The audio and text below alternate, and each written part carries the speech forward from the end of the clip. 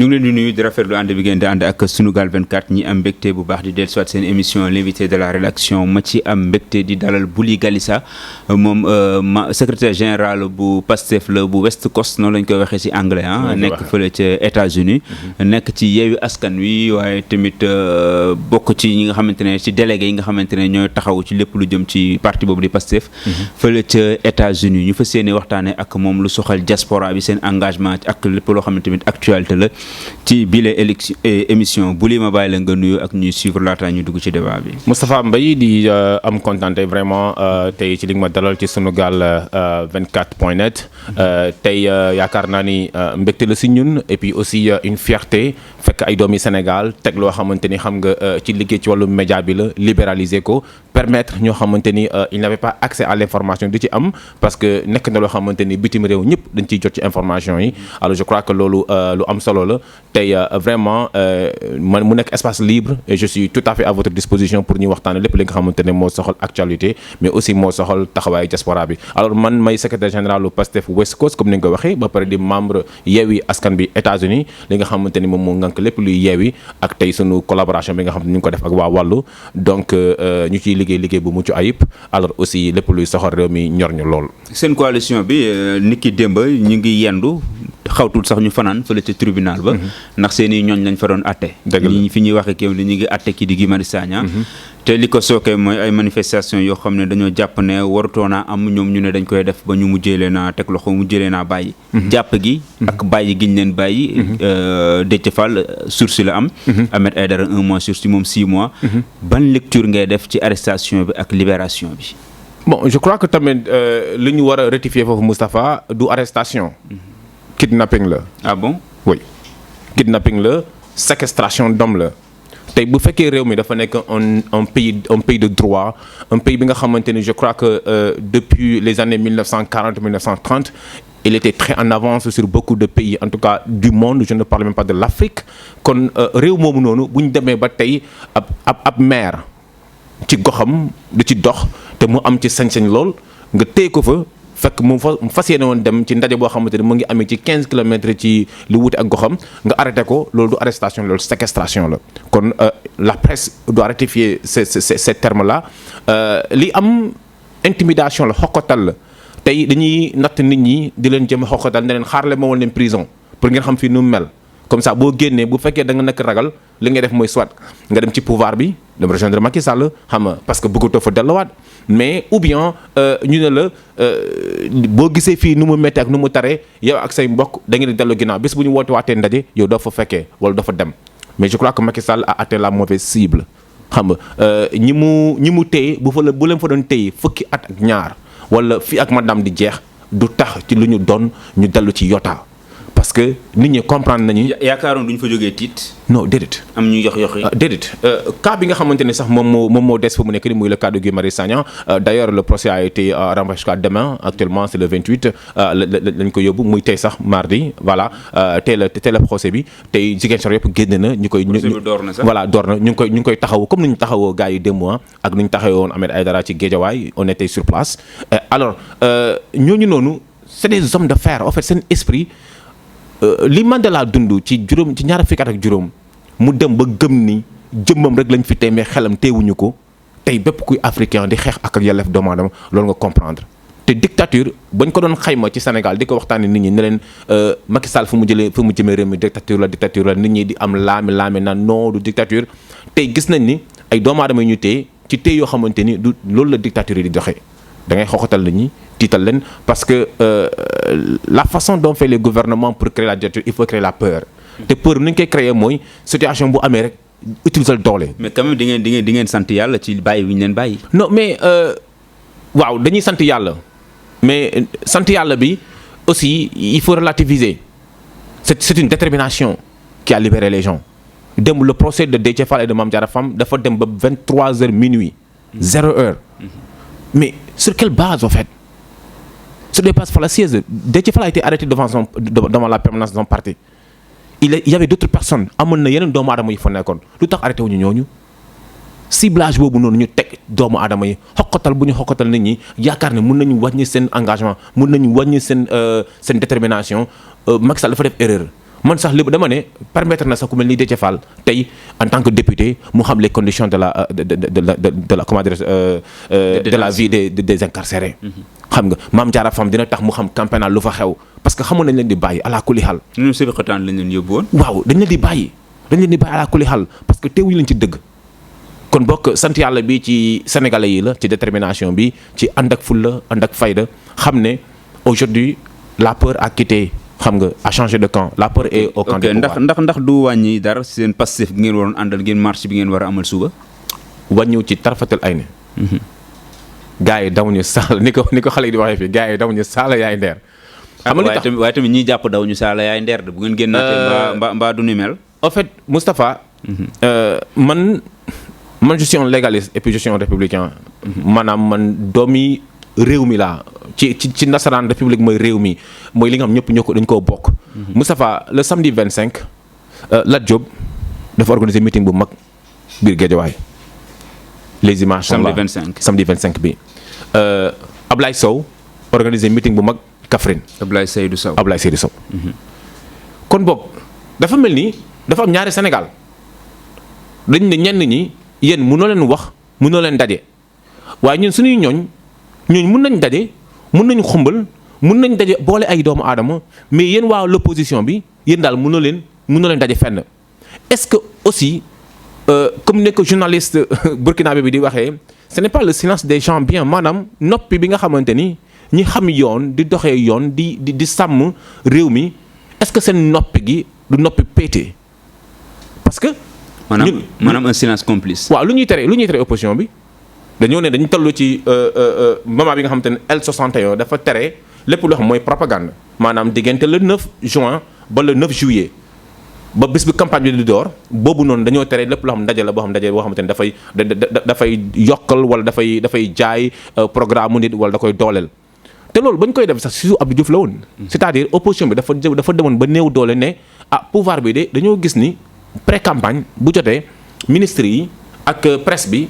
parce que ensemble presse bariwul woon RTS ak moo fi nekkoon ñoo doon utiliser xarala yi dañuy gis ministre dañuy dem ci ay inauguration dañuy waxtaanee waanaam réalisation yi te loolu dafay xam nga lu bët tegu rek xel nangu ko dafay soññ askan bi ci ne ñi ñoo fi ne léegi bu campagne bi ibbeekoo ñaar semaine rek la ku jëb opposition bi di am pour bu jéem a wax ak Sénégalais yi te temps bi du doy léegi nag opposition bi xeex ba yàlla def ñu am L61 ne te loolu sax presse bi ak lépp la mais tey bu ñu demee ba loolu ñu teree ko opposition bi waaye nguur gi moom di ci dox de façon libre sans problème Lat Diop déposé wul benn autorisation au niveau du préfet pour organiser son meeting xam nga Ablaye Seydou Sow au niveau de Kaffrine organisé wul deful benn autorisation pour organiser son meeting est-ce que ce n'est pas le moment aussi quand même d'être exigeant pour tout le monde. da nga ci gis parparloo daal. bu leer nañu du parparloo mais aujourd'hui boo nekkee ci pouvoir bi man tey su ma déclaré woon sama ne damay transhumé ci Macky Sall suba lu ma wax ci réew mi bu ma bëggee organiser meeting léegi Parcelles Assainies wala Guédiawaye dama koy tëgg dara du ma ci fekk. mais est-ce que on ne peut pas arriver à un moment où ku ci nekk da ngay respecter charte réew mi ku ci nekk li la yoon may nga def ko léegi nag loolu boo amee ëllëg ñun ñu bëgg a marche ñun dañoo nañ daje ñun tamit dañoo bëgg a daje place de la nation waxtaan ak sénégalais yi. comme ni ko Lat Diop defee Guédiawaye comme ni ko Abdoulaye Seydou Sow defee ci Kaffrine comme ni ko Macky Sall di defee ak ñoom pourquoi ñu bëgg ñoo tere loolu. ok da nga yaakaar ne daal kumba am nday kumba amul nday bi ni ñu doon wax. bu leer nañ lu am la ci mbir mi. mais tamit yow da nga ne léegi ay républicain ngeen. ndax loolu warut a tax tamit nit ñaa ngi ni am na defoon nañ marche am ñu ñàkk seen bakken ak yooyu. ndax warut a tax tamit ngeen teg lépp ci suuf ñu xool naka la ñuy waxtaanee ba ñu am benn situation politique boo xamante ne dafay apaiser. est-ce que drapeau réew dafay tegu ci suuf. c'est une question. est-ce que drapeau réew dafay laal suuf. drapeau kenn du ko teg ci suuf. kenn du ko teg ci suuf. saa yu politique di dund c'est comme le drapeau qui flotte bu ngelaw di laal muy bégal réew mi di wane ne réew mi mu ngi dund. bis bu ñu tegee lépp ci suuf mooy bis boobu lañ jël drapeau bi ñun ku jël politique bi opposition bi bis boobu lañ jël lem drapeau. non je dis par rapport aux tensions quoi. non déedéet tension yooyu noonu. tension yu bëri yi fi am quoi. foofu noonu nag la responsabilité di amee te muy lu am solo.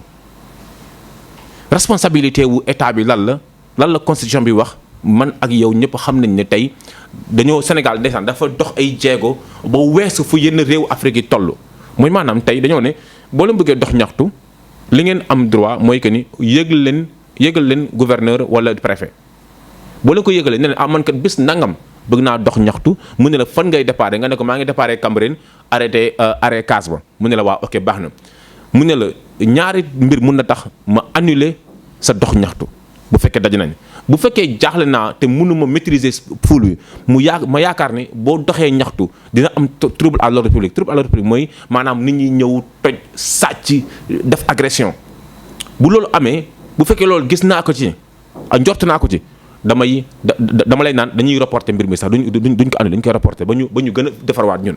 beneen bi mooy que ni bés boobu de tombé na ak événement bu mag ci gouvernement bi les hommes de l'État xam nga maanaam policier ak force de sécurité dañ leen di jël yóbbu leen dañ leen di réquisitionner jour boobu pour ñu dem ci benn ndaje boo xamante ni du ma am assez d'hommes pour mën a encadrer marché bi c'est pas le cas qui se pose. jour bu ñu teree manifestation bi li génn ci takk der bu ñu autorisé marché bi xaajar bi du génn ci takk der lu tax sa takk der di génn ci ay manifestation ok léegi bul dañuy dem ci beneen manifestation bu ñu dëgmal. xalaatoo ñu jàpp Ousmane Sonko. bu ñu ko jàppee jàpp Macky Sall. non mais Macky Sall il est le président de la République. waaw lu tax ñu war a jàpp Ousmane Sonko. bu ñu aayee ne bu kenn manifester mu génn xalaatoo ñu. lu tax aayee wuñu li Lat Diop def barke démb ak li Seydou. est-ce que c'est la même chose. Pourquoi pas c'est la même chose? Qu'est-ce qu'on reproche à Ousmane Sonko? Est-ce que Ousmane Sonko dans ses appels on a entendu que nous allons brûler le Sénégal? Non. On veut avoir une manifestation politique. lu ñu bëgg a daje waxtaan suñu biir ak waxtaan ak sénégalais yi. bu yoon ne bu leen du fi lu tax ngeen naan fii la. lu tax yoon dañu ko tere. mais peut-être am na ay raisons. non mais raison yi moom lañ jutul bés bu ñu jotee raison yi ñu ne ñu raison yii ñoo tax ba duñ leen ba ñu tere leen marche. code électoral lañu sukkandiku bon foofu boo fu mën nañu wax ne médias yi la ñuy waxal. waaw mais trouble à l'ordre public peut-être. am na yeneen léegi bu fekkee médias yi la ñuy waxal ci code bi mais jarul média di ñëw ñun ba léegi mën nañ def suñu marche. mais seen page yi léegi yéen am na page am suñu ëpp doole yenn médias yi. donc propagande bi ñu bañ moo am aussi. finalement non mais attends état bi soit dafa organisé wu wala ñàkk organisé wu. manifestation bi. wallaay Moustapha dañ ko tere ci lu tegul fenn te loolu dafay takkal deru démocratie wu Sénégal. mais Ousmane Sonko jàppam laa la bëgg wax. est-ce que dama ne yow mi Moustapha di poser question bi en fait bëggoo sa imaginer jàpp Ousmane Sonko c'est-à-dire nit boo koy jàpp ko ci lu solide Ousmane Sonko bu ko Macky Sall jàppee ci loo xamante ne du lu tegu ci yoon du en fait darul sa am ñun envisagé wuñu ko. ah mais tout est possible ah. non c'est.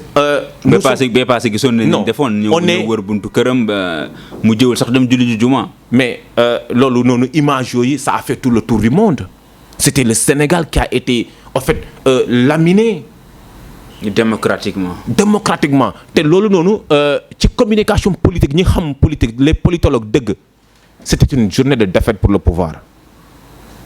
C'était une journée de défaite pour le pouvoir et c'est un jour où on a hissé encore d'un cran maanaam yokk doole yëkkati makaama ak martaba Ousmane Sonko bis boobu noonu.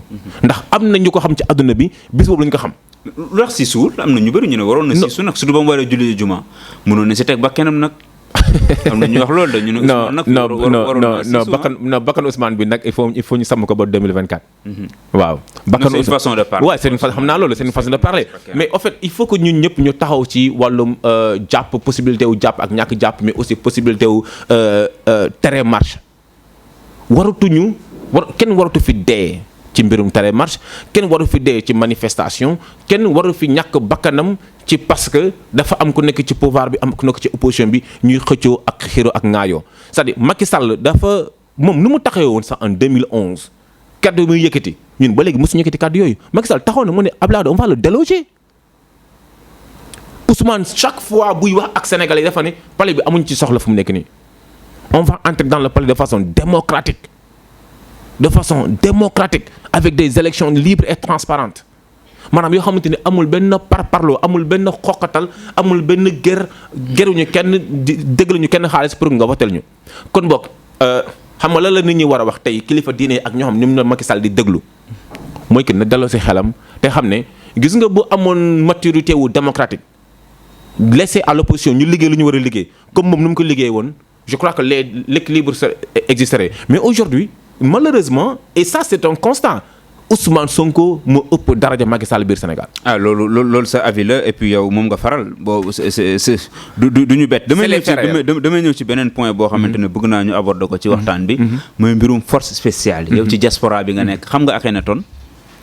waaw Akhenaton xam naa ko. xam nga ko quoi. waaw bi nga déggee ñu tuumaal ko lu jëm ci mbirum force spéciale am ñu ne Interpol sax mi ngi ci ay tànkam moo doon financé ñi ci jàppagum jamono ji amaguñ ñu lu leer trop ci enquête bi mais liñ leen di tuumaal ak liñ leen di toppee bu dee lu am la mu xamante ne seen ëllëg dana lëndëm lool ci biir Sénégal naka nga gisee mbirum force spéciale. bu fekkee lu ñu leen di tuumaal dëgg la. c'est très important. la nuance bu fekkee dëgg la mais nag li bettuma ci Sénégal ah c'est pas la première fois qu'on accuse un fils du Sénégal de terrorisme et de tentative de déstabilisation du gouvernement Moustapha donte ñun en 88 donte peut-être ñenn ñi ay xale lañu woon ñun man en tout cas en 88 j'avais encore maa ngi dem CI xam nga voilà mais Abdoulaye Wade a été accusé de terrorisme de soi-disant avoir importé des milices de la Libye fii ak la complicité de Ahmed Khalifa Niass tey ki nekk président Assemblée nationale les Moustapha Niasse c'est eux qui avaient concocté ce plan kon boog dugguleen ci politique ñu jël nit bu ñu demee ba pexe jeex bu jigéen sottiwul xaalis sottiwul tuuma sottiwul il faut maintenant utiliser les termes les plus négatifs xam nga les plus négatifs actuel bi nga xamante ne adduna bi yëpp dañu koo tiitee tey lan la adduna bi yëpp gën a tiit terrorisme la adduna bi yëpp gën a tiit. waaye ñii li ñu wax dafa moo romb loolu. on nous parle des trucs trouvés sur des téléphones. Moustapha nous on a défendu ay mbir yoo xamante ne biñ leen di déglu je sais pas ndax seen avocat teewoon na am déet mais bu fekkente ne lañ fa wax moom lu am la vraiment c'est des choses très graves yoo xam ne. Moustapha nous on a défendu le dossier Ousmane Tounkara aux États-Unis xeex ci. ñafe ci on était contre un État maanaam. État au Sénégal le procès bi c'était Ousmane Tounkara versus Sénégal State Ousmane Tounkara a été accusé de terrorisme d'appellation à comment dire au terrorisme maanaam terme yëpp yoo xam te États-Unis lañu jox plainte bi immédiatement le FBI s'est mis sur le dossier ñu arrêté ko teg ko ci ñoo xamante ni mooy terroristes yi alors immédiatement quand le cas Assane Diouf s'était posé on était dafa bett kii diaspora bi ñu bëri mais le cas Ousmane Tounkara immédiatement la diaspora s'est organisée personnellement on s'est déplacé man j'ai quitté Vegas je suis allé à New York on a tout fait nous nous sommes constitués xam nga en partie civile fexe ba parce que ñun ñoo bokk réew mi et on était contre le gouvernement et nous avons tout fait on a réussi à démentir ces accusations là aujourd'hui Ousmane Tounkara est libre kon ce n'est pas la première fois que ne tey doomu Sénégal état en tout cas c'est la première fois ci nguur avant Macky Sall jamais un État du Sénégal n'avait accusé un fils du Sénégal hors du pays de terrorisme kon boog Akhenaton mu ngi dans un pays libre et transparent muy la France xam nga France am na lu mu lëkkaloo ak Sénégal bu fekkee accusation yi ñu koy accuser am nañ ci ay preuves France gis nañ ci ay preuves xam nga comme ni États-Unis gisee woon xam nga yenn xaw a gis yenn doute yi ci Ousmane Tounkara dañoo jóg dem arrêté ko n'est-ce pas bañ ko arrêté li ko yoon may ñu respecté ko ba mu mën sëkk pourtant mën nañ ko déporter le mois où il a été arrêté. ci saa si mais immédiatement aussi les gens sont constitués et on a défendu sa moralité kii doomu aadama la boo xam ci askan bi la bokk fii day ñëw day teew day gis ak nit ñi dafay ñëw bokk ci mbooloo yi mosuñ ko gis mu yore gon mosuñ ko gis mu yore paaka mosuñ ko gis mu yore dara am na nag moom il avait fait une vidéo pour vous dire que moom il y avait quelque chose de factuel sur son cas xam nga Akhenaton ba léegi ni mosul gis fu mu defee audio fu mu defee vidéo maintenant nag bon parce que ñoom nee nañ Interpol mu ngi ci dossier bi bon écoutons parce que comme je l'ai dit nous sommes des républicains voyons ce que les enquêtes vont donner. tiitoo leen ci lu ni mel yéen ñi nekk ci diaspora bi. ci lu ñu nekk. on mesure les conséquences et nous mesurons avec beaucoup de responsabilité li ñu ci mën a fekk mais nag aussi nous sommes calmes xam nga lu tax parce que nous respectons la République ci démocratie lañ nekk. ci fenn foo xamante ni la liberté d'expression et l'indépendance d'esprit c'est des éléments garantis par la Constitution xam nga tey man Macky Sall mënuma arrêté ci ay mbir en fait sama téléphone mu ngi fii sama soxna mu ngi fii sama jabar mu ngi fii tout ce qui est information c'est accessible. kon de tey bu ñu lay teg loxo dañu lay teg loxo ci lu solide en fait gis la yaa ngi am ay armes xam nga yaa ngi jóg ak nit ñi yaa ngi voyager aéroport parce que man nee naa tey ñun xam nga Antoine Diome lu mu am il est au même titre que Macky Sall c'est seulement les titres qui changent. Antoine Diome c'est le ministre de l'information bu fekkoon yeneen terminologie mën nañu ko utiliser xam nga dañoo am ministre de l'intérieur mais c'est le ministre de l'information moom day jot lépp luy maanaam jiixi jaaxa ci réew mi. il reçoit des rapports à la fois journalières à la fois quotidiennes à la fois mensuels. il est informé de tout kon parfois ay ree la may def sax su may dégg ñu naan ay terroristes jóge nañu xam nga ñëwoon nañ fi jamonoy mars bi y avait des comment dire y avait des forces occultes xam nga y avait des rebelles xam nga wala ay rebelles jóge nañ Casamance ñëw nañ Dakar bon quelque part man mosuma dégg États-Unis ñu ne ay rebelles jóge nañ fenn ñëw ci dëkk bi. parce que la responsabilité de l'État elle est très très très importante yenn yooyu bu fekkee am na y a une faille totale du système de service de sécurité. kon boog ñun mosuñu lëkkaloo ak rebelle xamuñu rebelle bu fekkee am na ko bëgg a taal Sénégal te nit ñi xam ko je crois que kooku bu ñu ko arrêté c'est une aubaine pour nous.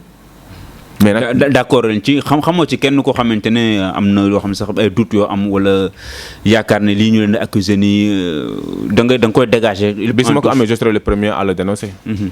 Nous sommes des républicains. Nous sommes des républicains et la personne bi ma àndal man Sonko y a pas d'intermédiaire. ay manipulation nga ci gis. non ay Sonko y a pas d'intermédiaire entre ñun dañuy toog di waxtaan. kon bokk li ñu gis ci moom les Sénégalais sax xamuñu les 5% des potentialités de Ousmane Sonko et de l'amour qu'il porte pour ce pays. On n'a jamais vu un politicien aussi direct aussi comment dirais-je conscient des enjeux actuels ak li nga xamante ne fa la réew mi war a toll ak foofu la war a dem c'est-à-dire. Leading by example c'est-à-dire diriger en donnant l'exemple loolu moo ñu manqué.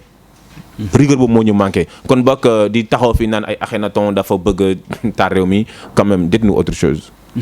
Tito aussi comme ni taxaw bi ngeen taxawoon ci ñoom Ousmane Tounkara ak ñooñu est-ce que pare ngeen tamit pour taxaw ko ñi nga xamante ne dañoo jàpp ne ñoom lañ accusé ci loolu wala da ngeen nar a toog rek seetaan leen. non jusqu'à présent quand même Akhenaton n'a pas reçu de. non am na ñeneen ñu fi arrêté on nous parle de son frère ak ñeneen ñoo xam am na ñu fi arrêté bon ñu arrêté Sénégal ñoom Sénégal la ñu arrêté nous sommes au Sénégal bon maintenant il y a des enquêtes qui se font xam nga ñooñu noonu quand même dëkk bi dañuy jaawale. Précipitation ak vraiment like conscient en fait conscient jël mbir ànd ci ak dal précipitation dafa lay causer ay erreurs yu bari ngay def da ngeen ne ba ci biir combien de rapports de police combien d'enquêtes de police qui se sont retrouvés incorrects non fondés après lépp loolu ñu tooñ doomu aadama bi. nëbb ko jant bi pendant des années dédommagement yi ñu ko war a dédommager sax du ko ci fekk le cas de Mame Ndao est là il a été cueilli chez lui présenté comme un terroriste au Sénégal fan la mujjee il est libre aujourd'hui mais xoolal deram bu ñu yàq te bu bëggoon voyager dem France wala dem Italie pour des programmes xam nga d'éducation wala États-Unis mais il a un dossier qui est collé sur son dos. C'est vrai. mbirum troisième mandat bi dellusiwaat na jamono yi. ñu jàpp ne mi ngi ci xelam parce que bëri na sorte yu mujj yoo xamante ne constaté nañ ko gis nañ ko ndax njortoo leen ne aussi tamit Macky bu ngeen moytu dana samp ndëndëm ci 2024. français yi dañu bind Macky moo ko bind. ci réforme yi ak ci référendum bu mu defoon. nul ne peut faire plus de 2 mandats consécutifs. maanaam amul benn doomu aadama bu jiite réew mi. bu mën a def lu ëpp 2 mandat kon bokk ci réew mi. non nee nañ lu ko jiitu woon dafa ne le mandat est de 5 ans. Nul ne peut faire plus de 2 mandats consécutifs donc bu nee le mandat est de 5 ans.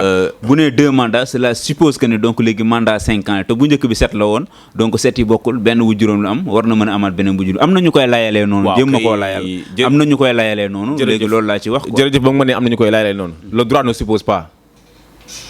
dañuy faral di naan le droit a été dit le droit on le dit les interprétations nag c'est des différentes écoles. loolu amul problème mais Sall Ngaare Kor Marème Faye.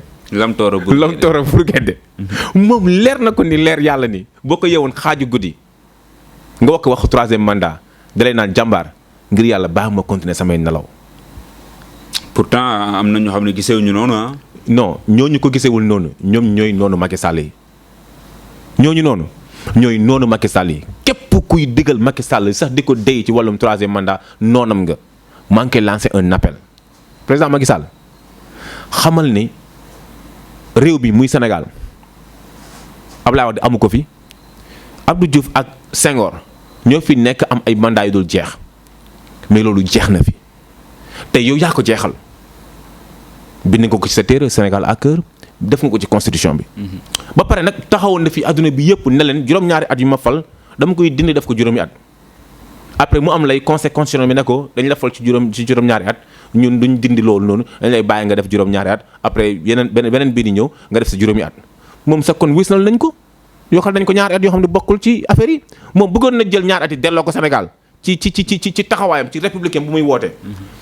mais nag Moustapha parfois nguur dafay jay doomu aadama nguur dafa yéeme dafa nekk loo xamante ni da nga koy xam sax ci poste de responsabilité bu ñu la ko dénkee waaye nag bu fekkee leer na la ni c'est pour le peuple par le peuple kon yow da nga koy delloo lépp peuple bi li nga def ci fukki at ak ñaar xam nga munoo ko wala agaliwoo ko amatul bu ñu la joxaatoon ñaar fukki atam doo ko def 3e mandat ni que sunu camarade sunu frère amee da ko waxee du fi am te suulu gaz da ko tere xeeñ. 3e mandat dañ ko fiy tere. dañ ko fiy tere. avec un grand T. dañ ko fiy tere bu baax a baax te Macky Sall xam na ko dama ne loolu waxu kasaw kasaw. d'accord nga ci ñu pousse élection législative yi. possibilité la. bu fekkee tey parce que aussi benn. nee njëw seen coow lépp pour ñu pousse ko rek la. coow lekk marché yëpp pour ñu dàq ko la. ba ñu mën a jooyanti ko waat ñëwaat. dafa am benn dame bi ma bëgg a citer malgré moi muy Aïssata Tall Sall di actuel ministre des Affaires étrangères bu Sénégal. Elle disait que la démocratie c'est une affaire des grands hommes c'est un consensus. Un consensus c'est une discussion. C'est autour d'une table. dafa di loo xamante ni élection yi Aminata Tall bi nga xamante ni dafa bokk nekkul jiite conseil économique et social xam nga jiite woon fii Sénat yooyu yëpp amoon fi ndombo tànk yu kawe ànd ak Macky Sall liggéey bu mucc ayib tey taxaw na mu ne élection yi c'est une mascarade ne dañoo delloo démocratie bi ci ginnaaw. ci li si dogatee. waaw.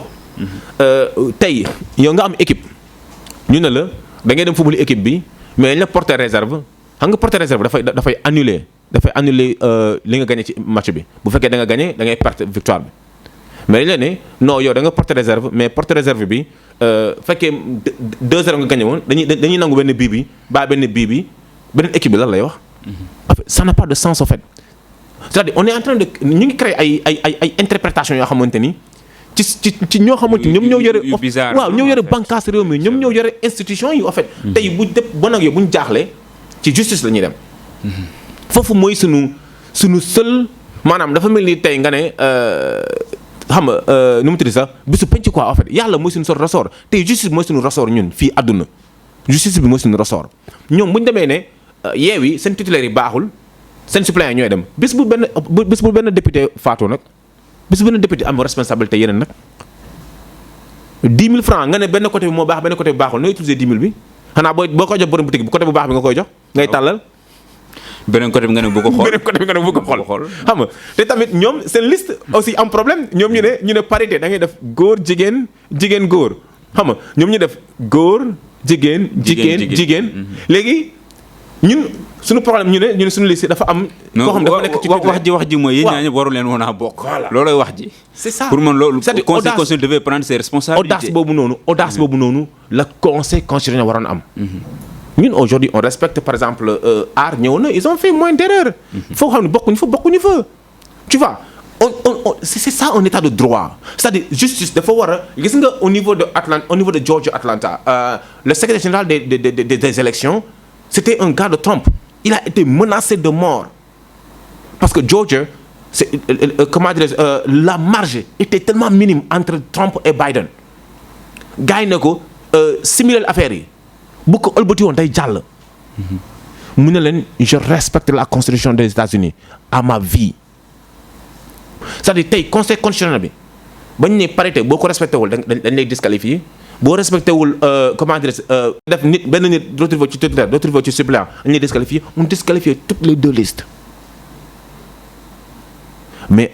kon d'accord nga ne waru leen woon bokk yéen ñaar ñëpp. dans le respect du droit. njumte bu amee ñu nangul la sa njumte kii njumteem am ñu bañ ko ñu bàyyi njumteem sëgg ci non loolu du dëgg du yoon. mais liñ xaaj daal moo leen metti jàpp ne. non mais te loolu ñu dugal seen ay. te loolu képp kuy ànd ak te loolu képp ku nekk di dëgg da nga ko war a xeex. ñun tey nag waruñu duñ seetaan nag wax dëgg yàlla Benno Bokk Yaakaar di dem élection ñun bokkuñu élection boobu noonu. mais bokk ngeen seen suppléant lañ bàyyi. non mais c'est-à-dire xam nga le gars ndeysaan moom il croit être mané en fait. xam nga il faut pas avoir des Ousmane Sonko ñoom Ahmed Aïdara ñoom Maman Ahmed moom amul jafe-jafe parce que si département waaw ñoom Maman Aïda Mbodj xam nga ñoom comment Déthié Fall xam nga pour en fait bëgguñu am gars yooyu bëgguñu am ces personnes comme ça pour ñu dem ci élection nekk ay député Macky Sall moom bu cooloon sax moom bi Assemblée nationale bi faloo woon mu dem ba ñu teree ko gouverner comme tey le cas de la France gis nga Macron il a été malin pourtant xoolal ba xam nga il n'a pas la majorité absolue mais lu mu def mooy il a initié immédiatement des concertations xool ndëkk fi di naan ok comme que ñi xam waxtaan le Sénégal président am na droit dissoudre Assemblée nationale mais foog mu def 2 ans xam nga du léegi waaw mais cas de force majeure mun na am mu dem ba gis ne gars yi ñu ngi koy xooxatal il a beaucoup de levier mais mën na nekk aussi départ tak mu ne man Sénégal rek a ma ñor kaa la ñuy toog ñu waxtaan trouvons un gouvernement boo xam ne un gouvernement de consensus la vous dirigez l'Assemblée nationale les lois passent par l'Assemblée nationale kon nañ toog waxtaan pour l'intérêt du Sénégal. Yewwi de bu amoo majorité xam nga ne mos duñ fa nekk di consensus ak moom. non Yewwi seen opposition radicale lay def. non déedéet Yewwi dafa mës a dox ci yoon Yewwi lu muy radical mooy loo xamante ni tey ay commission d'enquête ci li nga xam moom mooy ñaawteef yi nga xamante ne malversation yi ak lu bëri loo xamante ne def nañ ko fi te kenn càmbaru ko. loolu loolu mooy opposition radicale loolu c'est pour l'intérêt du pays et aussi pendant le Covid quand même on a été témoin ici l'ensemble des leaders et à la personne de Ousmane Sonko ils ont répondu au président de la République Sénégalais bu ñu fàtte loolu kon donc cette radicalité là dont on veut xam nga forcément coller elle n'est pas radicale dans la mesure où c'est l'extrémisme c'est-à-dire loi bi li koy def baaxul ñun lu ñu def rek moo baax non elle est radicale dans la mesure où nous voulons rendre aux Sénégalais ce qui leur appartient. ok bu lan mooy sa mot de la fin. sa mot de la fin mooy contentement mbégte ci li nga ma dalal tey et j'espère que say internet en tout cas ils vont se retrouver ci waxtaan bi mais aussi di ne gars yi xam nga vraiment jàpp leen ci liggéey bi parce que tey c'est des jeunes Sénégalais yu fi nekk di vraiment di góorgóorlu lu ñu gën a jàpp ci abonnement yi ak yaatal liggéey Sunugal ak tous les autres xam nga chaînes yoo xam ñu ngi liggéey ñu ngi góorgóorlu ci média bi parce que dafa permettre vraiment la démocratisation de la parole. xam nga di encore une fois jaajëfal diaspora bi Moustapha dafay baax tout le temps ñuy taxaw ci diaspora bi. Aujourd'hui, l'impact économique de la diaspora dépasse l'aide internationale. Moustapha tey kër goo dem boo amul ci kër gi koo xamante ni moo julli ci kër gi dem am na nijaay boo xamante ni dafa nekk ci biti. Et lu ñuy def ci réew mi war nañu xoolaat état bi vraiment nu mu leen di gën a yombale yenn yi nu mu leen di gën a jàppale. C'est dommage que tey ci ay entreprises privées la ñu yónnee xaalis via des entreprises privées xam nga war nañu mën a teg des instances yoo xamante ni ak des systèmes financiers yoo xamante ni dafay permettre Sénégalais xaalis bu muy yónnee dafay jaar ci loxo Sénégal mu mujjee ci loxo Sénégal mu nekk intérêt wu Sénégal mais aussi jafe-jafe yi ñu am ci biti dafa mel ni on ne sent pas la présence de l'État il faut que état bi gën a góorgóorlu sur les immigrés ils sont une part gis nga la xew ci diggante Maroc ak on n'a pas eu le temps d'en parler mais bu ma xoolee li xew diggante Maroc ak Espagne ma fàttaliku mois de février amoon na benn mbir bu fi xewoon mu tuddoon le petit Ryan yaa ngi koy fàttaliku. le petit Ryan bi dafa duggoon ci teen bi dafa juróomi fan même suñu président dafa tweeté ci loolu. tey ba ma yeewoo xool tweet Macky Sall mu ne je suis choqué et peiné par les pertes de vies humaines. et maa ngi jaale seen i mbokk. mais il ne s'est pas souhaité un prompt rétablissement aux blessés. voilà mais il ne s'est pas prononcé sur les actes inhumains. condamné wul et il a 2 casquettes. président du Sénégal et président de l'Union africaine.